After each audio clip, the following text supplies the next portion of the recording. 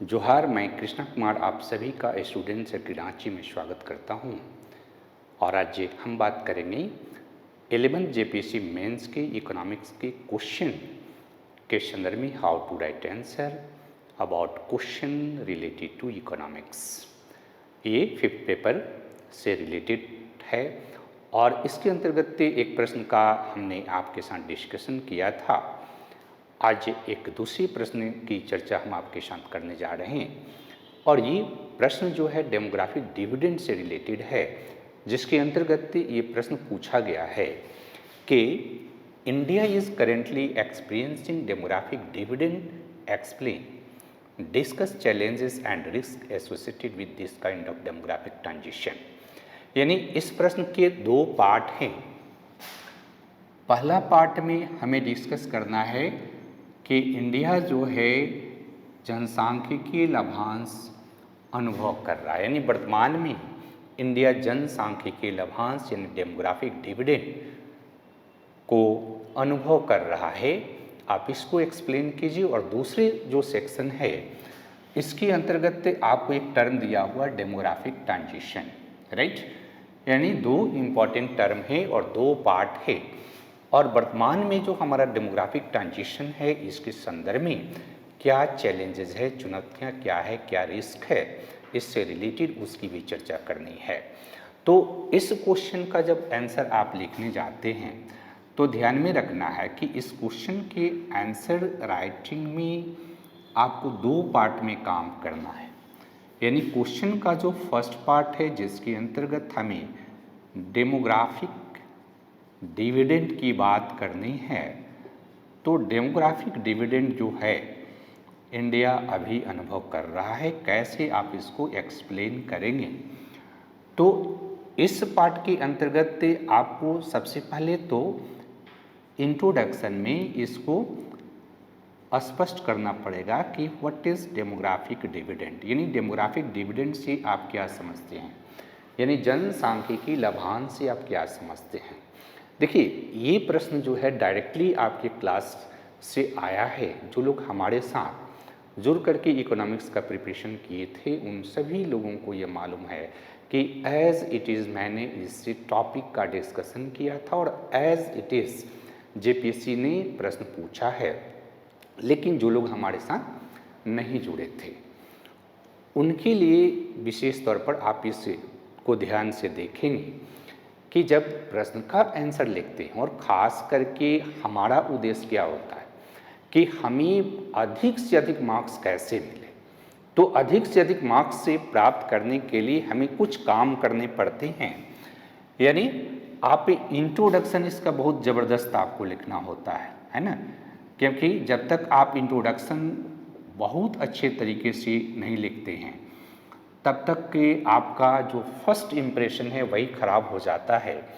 तो demographic dividend को आपको एक तरह से डिफाइन करना होगा। देखिए, समान रूप में डेमोग्राफिक डिविडेंड का मतलब क्या होता है।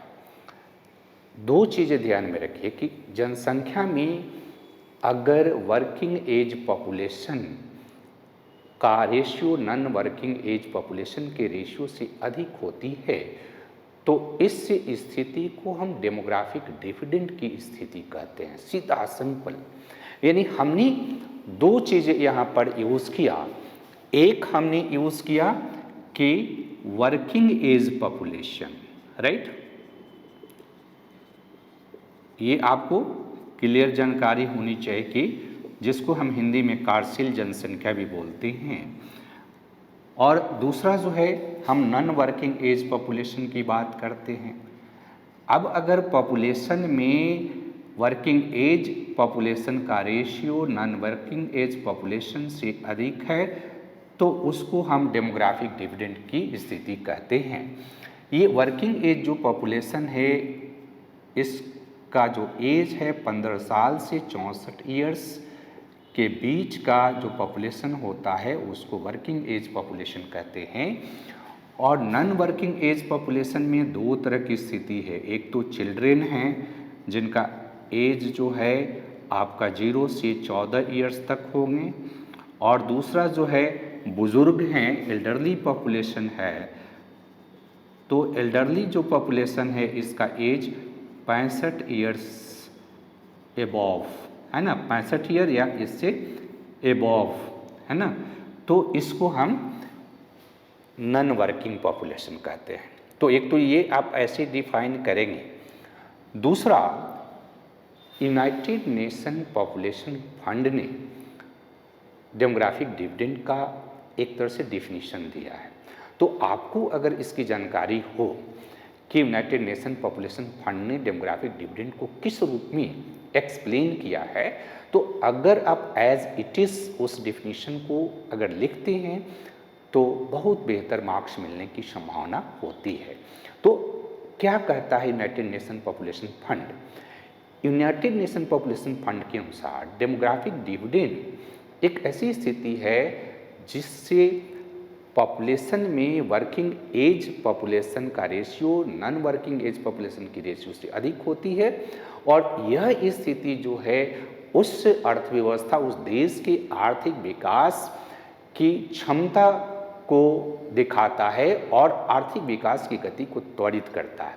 यानी कि जो यूनाइटेड नेशन पॉपुलेशन फंड है, इस यूनाइटेड नेशन पॉपुलेशन फंड जो है डेमोग्राफिक डिविडेंड की व्याख्या जो है किसी भी अर्थव्यवस्था में इकोनॉमिक पोटेंशियल जो अर्थव्यवस्था की होती है उसके संदर्भ में इसका डिफिनीशन दे रहा है।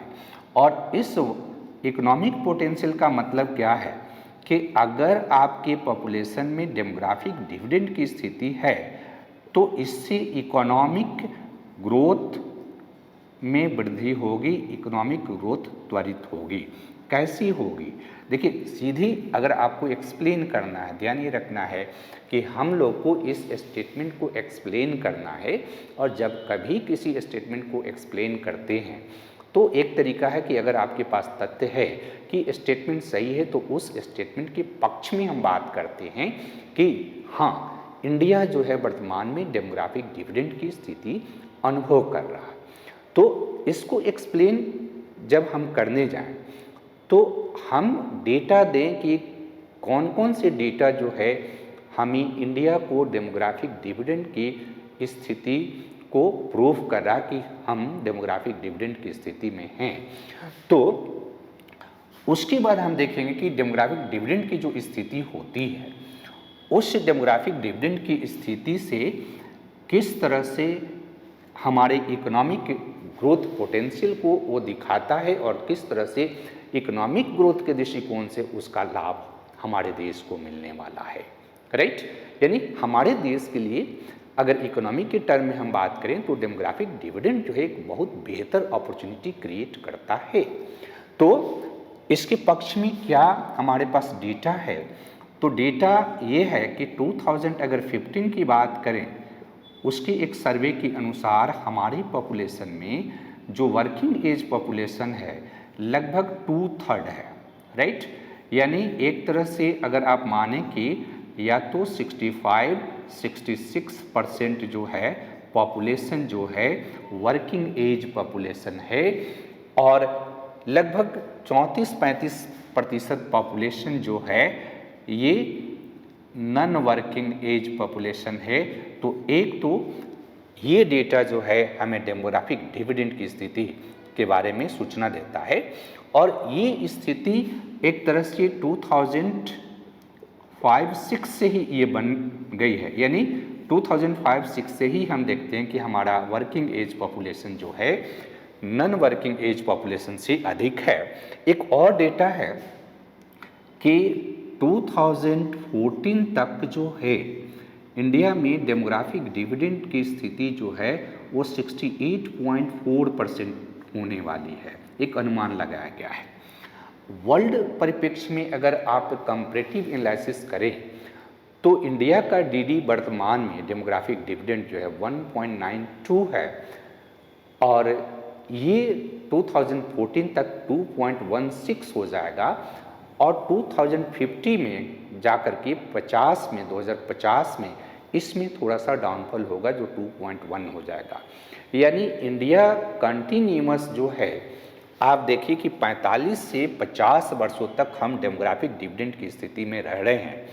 एक और डेटा इसके संदर्भ में आप यूज़ कर सकते हैं कि जो मीडियन एज है भारतीय पॉपुलेशन का जो मीडियन एज है, ये मीडियन एज हमारे पॉपुलेशन का 28 ईयर्स है। 28 ईयर्स होने का मतलब क्या है कि इंडिया के पास एक बहुत बड़ी संख्या में यूथ पॉपुलेशन है, युवा पॉपुलेशन है। जबकि अगर हम कंपैरेटिव स्टडी करें तो चाइना में ये 37 ईयर्स है, यूएसए में ये 45 ईयर्स है और वेस्टर्न यूरोप और जापान में ये लगभग 49 ईयर्स है। इसका मतलब क्या है? इसका मतलब ये है कि हमारे पास जो ये 28 ईयर्स के युवा जो पॉपुलेशन है, इसकी संख्या ज़्यादा है। इसका मतलब है कि इस युवा एज जो है, ये यूथ जो है, इस यूथ में इकोनॉमिक पोटेंशियल ज़्यादा होता है, इकोनॉमिक ग्रोथ की क्षमता इसमें ज़्यादा होता है, क्योंकि इसके पास जो स्ट्रेंथ है वर्क करने की, वह 40 वर्ष 45 वर्ष के एज के लोगों से ज़्यादा होती है। दूसरा कि नॉन वर्किंग जो पॉपुलेशन है, ये डिपेंडेंट पॉपुलेशन होती है किसी भी जनसंख्या में। अगर इसकी संख्या कम है तो ये हमारे इकोनॉमिक ग्रोथ के लिए बेहतर है। तो किस तरह से ये हमारे इकोनॉमिक ग्रोथ को इन्हांस करेगा, इस पे आपको थोड़ा सा एक्सप्लेन करना है। यानी हमें इस बात को कहना है कि वर्तमान में इंडिया डेमोग्राफिक डिविडेंड अनुभव कर रहा और यह स्थिति भारत के इकोनॉमिक ग्रोथ पोटेंशियल को तो बढ़ा ही रहा, हमारी इकोनॉमिक ग्रोथ को भी त्वरित कर रहा। कैसे इकोनॉमिक ग्रोथ को त्वरित करेगा? तो यहाँ पर हमारा वर्क फोर्स जो है हमारे पास काफ़ी बेहतर है। यानी हमारे पास एक ऐसा लेबर फोर्स है जिसकी क्षमता बेहतर है, ज़्यादा कार्य कर सकता है। और अगर आपके पास वर्कफोर्स बेहतर है तो इकोनॉमिक प्रोडक्शन जो है आपका बेहतर होगा। इसमें कोई दो राय नहीं है कि इकोनॉमिक प्रोडक्शन हमारा बेहतर होगा। एक और चीज़ आप ध्यान में रखिएगा कि जब आप इंडिया के यूथ को देखेंगे तो इंडिया के यूथ की एक खासियत क्या है कि इनके पास आईटी नॉलेज है ना। और इंडिया के जो यूथ है उन यूथ में कुछ स्किल भी आपको डेवलप दिखाई देता है। तो कुल मिला के आप देखेंगे कि हमारी जो डेमोग्राफिक जो डिविडेंड की स्थिति है, इस स्थिति में हम इकोनॉमिक ग्रोथ की अगर सारे पैरामीटर की बात करें, यानी सारे पैरामीटर की बात करने का मतलब क्या है कि यह यूथ जो है, चाहे वो एग्रीकल्चर सेक्टर यानी प्राइमरी सेक्टर हो, सेकेंडरी सेक्टर हो और टर्शियरी सेक्टर हो, तीनों ही सेक्टर में हमारा यूथ जो है इकोनॉमिक ग्रोथ के पोटेंशियल को बढ़ा रहा, इकोनॉमिक ग्रोथ को त्वरित कर रहा। और सबसे बड़ी बात क्या है कि चूंकि वर्किंग एज पॉपुलेशन है, इसके पास इनकम जनरेट करने की क्षमता है, तो यह डिमांड भी अर्थव्यवस्था में क्रिएट करता है। और अर्थव्यवस्था में डिमांड के साथ साथ सप्लाई, क्योंकि हम प्रोडक्शन उस लेवल पर करेंगे, तो सप्लाई और डिमांड का चेन अगर आपकी अर्थव्यवस्था में ठीक ढंग से काम करता है तो इससे आपका इकोनॉमिक ग्रोथ जो है बेहतर होता है। इसके साथ साथ क्या होगा कि इससे हमारा जो सेविंग है ना, तो सेविंग रेट भी हमारा बेहतर होगा। सेविंग रेट के साथ साथ इन्वेस्टमेंट रेट भी बेहतर होगा। और इन्वेस्टमेंट रेट अगर बेहतर है तो इससे क्या होगा कि आपकी इकोनॉमिक ग्रोथ करेगी ही करेगी। ये बात ध्यान में रखिए। और इसीलिए माना जाता है कि इंडिया का जो अभी डेमोग्राफिक डिविडेंड है और यह डेमोग्राफिक डिविडेंड की स्थिति 2050 तक बनी रहने की संभावना है, तो इसका लाभ जो है भारतीय जनसंख्या में आर्थिक विकास की गति को त्वरित करने में मिलेगा। दूसरी तरफ हम देखें तो डेमोग्राफिक ट्रांजिशन के अंतर्गत हमारी जो जनसंख्या है, थर्ड डेमोग्राफिक ट्रांजिशन,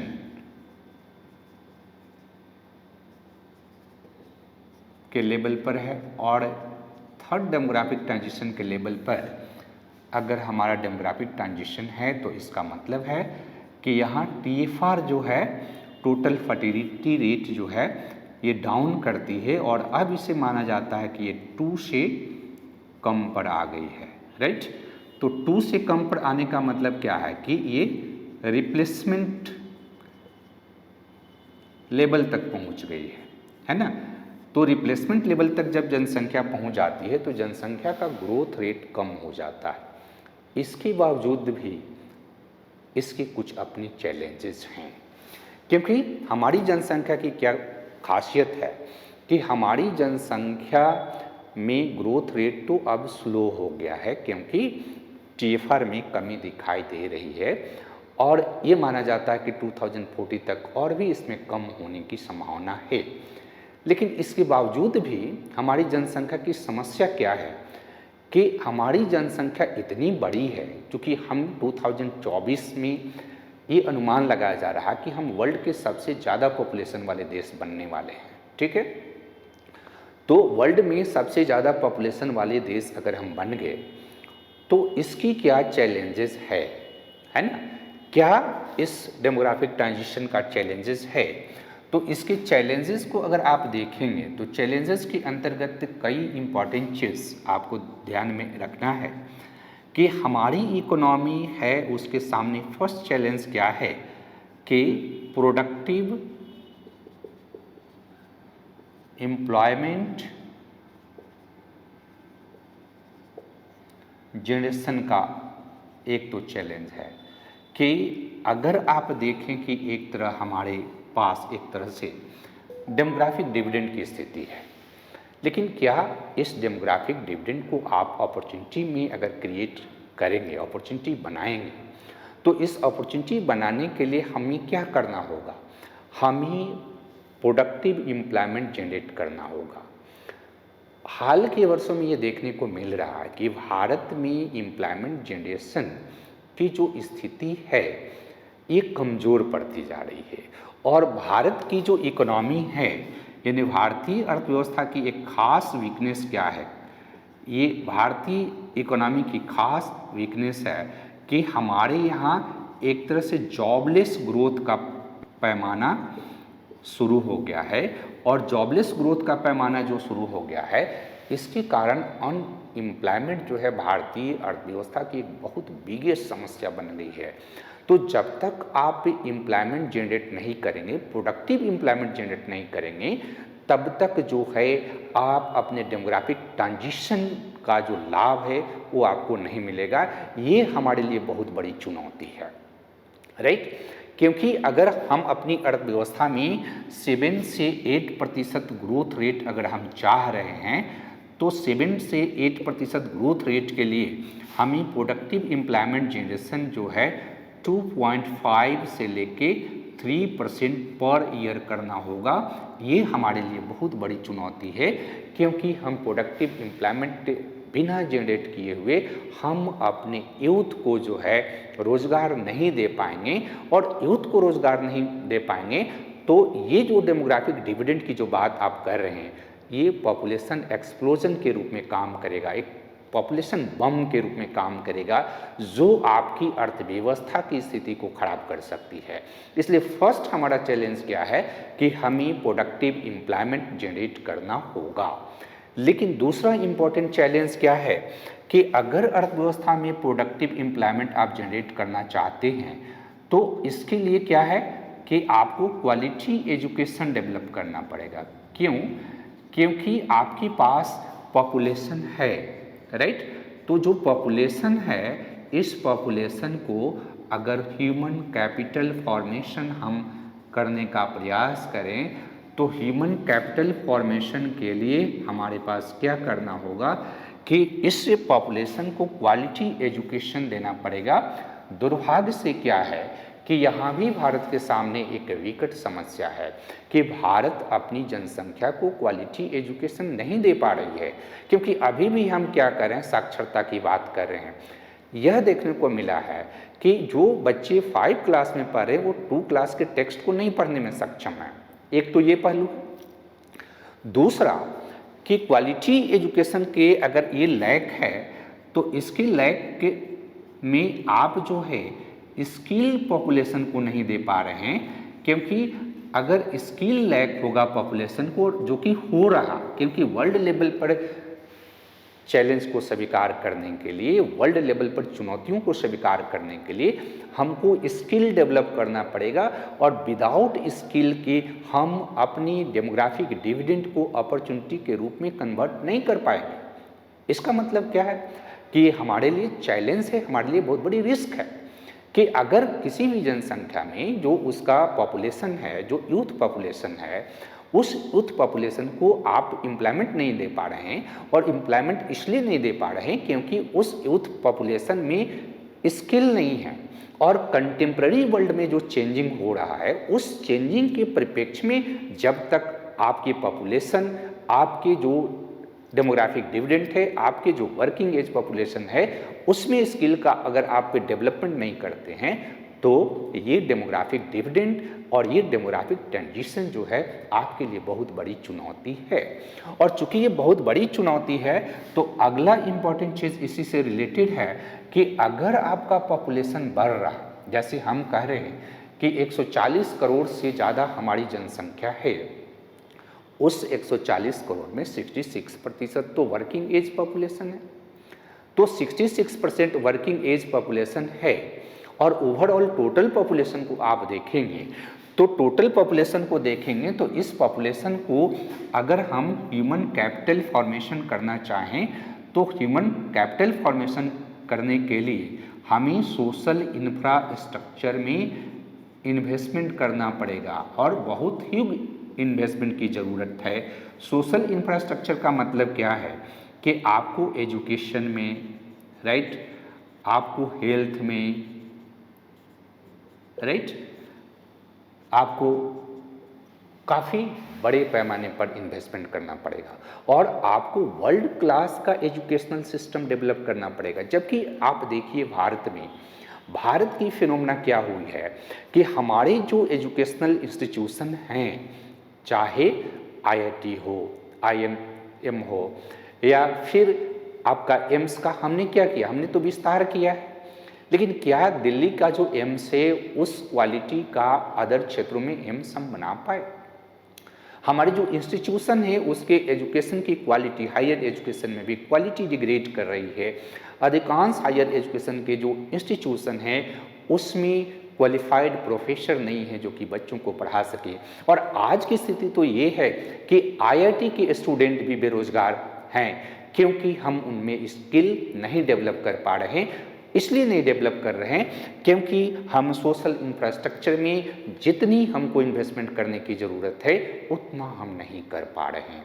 उसी तरह से जो पब्लिक सेक्टर के हेल्थ की जो फैसिलिटी है उसकी स्थिति बहुत ख़राब है, और इसलिए आप देखोगे कि हम कह रहे हैं कि हमारे यहाँ वर्किंग एज पॉपुलेशन है, लेकिन माल न्यूट्रिशन के भी शिकार जो है अधिकांश महिलाएं हैं, राइट। लगभग 42% महिलाएं माल न्यूट्रिशन की शिकार हैं। और ये इंफ्रास्ट्रक्चर इतना कमज़ोर है कि हमारी जो वर्किंग पॉपुलेशन है उस पॉपुलेशन में वीमेंस का पार्टिसिपेशन जो है कम है। तो वीमेंस का पार्टिसिपेशन हमारे वर्किंग एज पॉपुलेशन में बढ़े, इसके लिए भी हमें सोशल इंफ्रास्ट्रक्चर में काफ़ी इन्वेस्टमेंट करने की ज़रूरत है, तभी जाकर के हम इस डेमोग्राफिक डिविडेंड का लाभ ले सकेंगे, और तभी हम इस डेमोग्राफिक ट्रांजिशन जो है, जहाँ पर मैंने कहा कि टी4 कम हो गया है, यानी हमारा पॉपुलेशन ग्रोथ अब स्लो हुआ है, उसका बेनिफिट हम ले सकेंगे। और तीसरा जो इम्पॉर्टेंट है कि इकोनॉमिक इंफ्रास्ट्रक्चर, यहाँ पर ध्यान में रखिए कि अगर आपका पॉपुलेशन इतना बड़ा हो गया तो आपको इकोनॉमिक इंफ्रास्ट्रक्चर में इन्वेस्टमेंट करना होगा। इकोनॉमिक इंफ्रास्ट्रक्चर का मतलब क्या है कि भारत की एक समस्या आप देखो, बहुत आप आराम से उसको रीड कर सकते हो। रोडवेज में आप चलिए, आप जाम की समस्या जो है, रेलवेज में भीड़ है, एयरपोर्ट पे भीड़ है, सी पोर्ट पर भीड़ है, टेलीकम्युनिकेशन के क्षेत्र में आपको डेवलप करना पड़ेगा। तो ये इलेक्ट्रिसिटी की कमी, ये बहुत बड़ी समस्या है इलेक्ट्रिसिटी की कमी, वाटर सप्लाई की कमी, ये बहुत बड़ी समस्या है भारत के सामने। ये बहुत बड़ी चैलेंज है कि हम इकोनॉमिक जो इंफ्रास्ट्रक्चर है उस पे इतना ज़्यादा बर्डन पड़ रहा है कि उस बर्डन को हम संभाल नहीं पा रहे हैं, और ये हमारे लिए एक बहुत बड़ी चैलेंज होगी। और सबसे बड़ा चैलेंज जो आप देख रहे हैं कि अगर यहाँ पर आप फील करो कि सस्टेनेबल इन्वायरमेंट है ना, तो सस्टेनेबल इन्वायरमेंट जो है यहाँ पर बहुत बड़ी हमारे लिए रिस्क है और चैलेंज है। क्या चैलेंज है?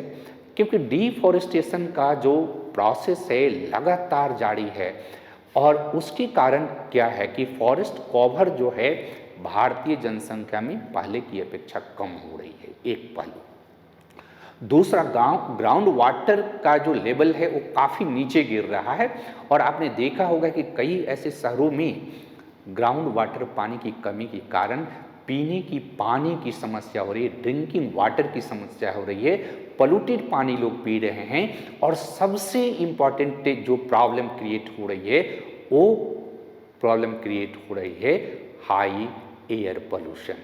तो एयर पोल्यूशन इतना है कि इन्वायरमेंट जो है में जो डिग्रेडेशन हो रहा है, उस डिग्रेडेशन की स्थिति में एयर पोल्यूशन के चलते, वाटर पोल्यूशन के चलते लोग जो है कई तरह की बीमारियों से ग्रसित हो रहे हैं, और उसका बर्डन भी हमारे पॉपुलेशन को सहन करना पड़ रहा है।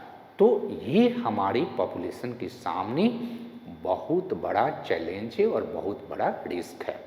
जब तक हम इस चैलेंज और रिस्क को कवर नहीं करें, इसको प्लानिंग करके हम दूर करने का प्रयास नहीं करें, तब तक हम इस डेमोग्राफिक डिविडेंड का लाभ नहीं प्राप्त कर सकते हैं।